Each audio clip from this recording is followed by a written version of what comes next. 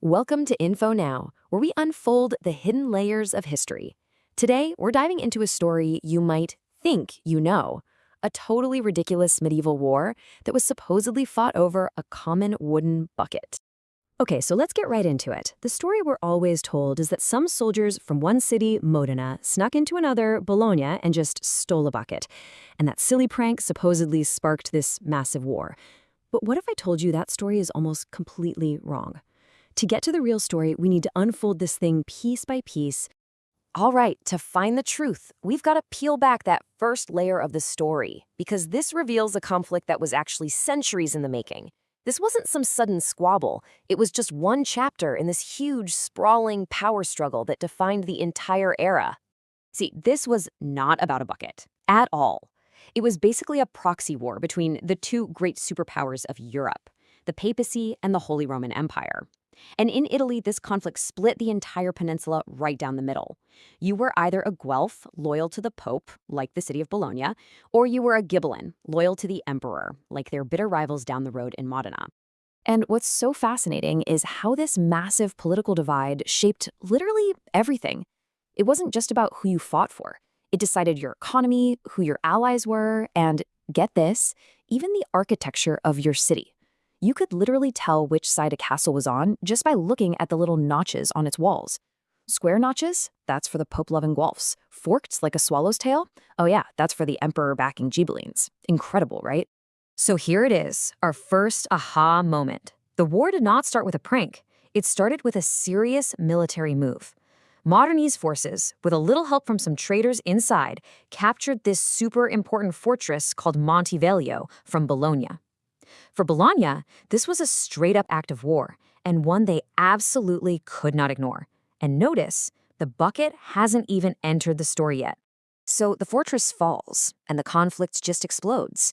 This is where we build up to the main event, a full-scale war that all comes down to a single, unbelievably brutal battle that would go down in history.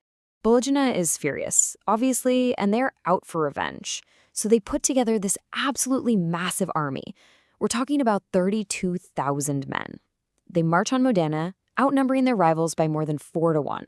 I mean, on paper, this should have been a total slaughter, an easy win for Bologna.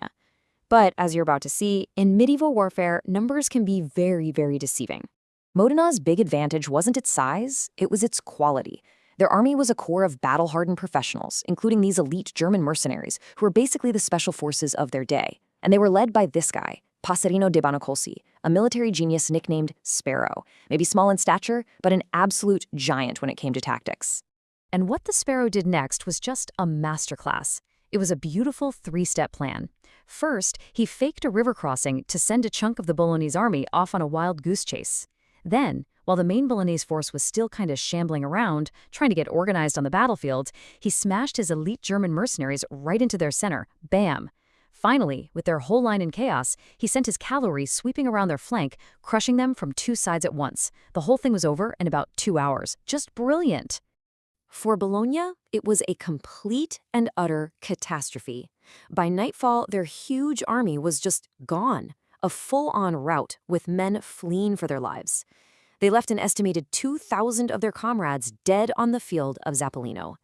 But winning the battle wasn't enough for the Modenese. They wanted total humiliation.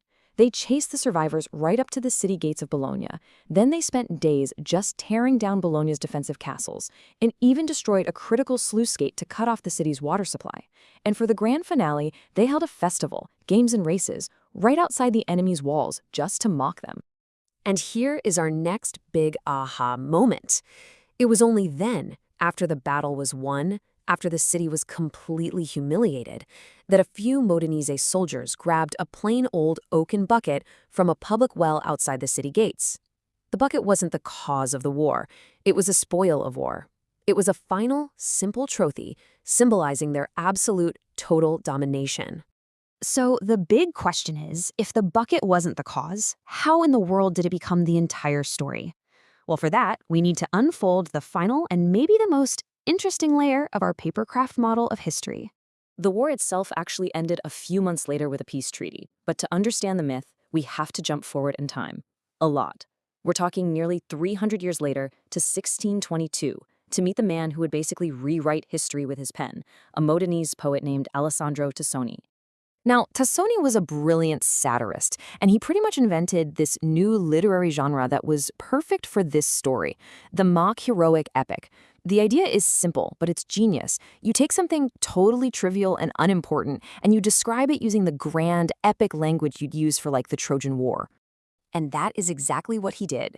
His poem was called La Secchia Rapita, which translates to The Rape of the Bucket. I mean, the title alone tells you everything.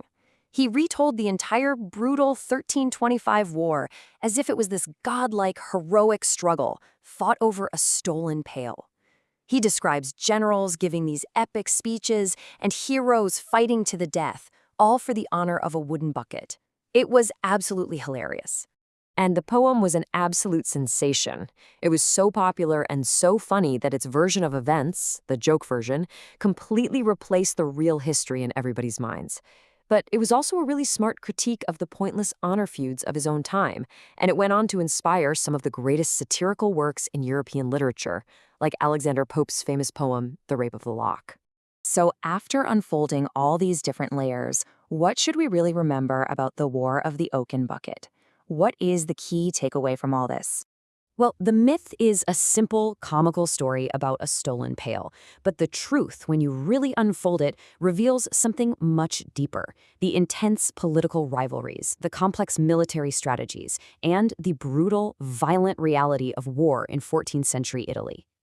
And that's the one thing to remember. The bucket wasn't the cause of the war, it was the souvenir. A simple trophy from a very real, very bloody victory that was transformed by the genius of a poet into an unforgettable legend. It's a great reminder of how easily history can be reshaped by a really good story. Thank you so much for spending your time learning with us today.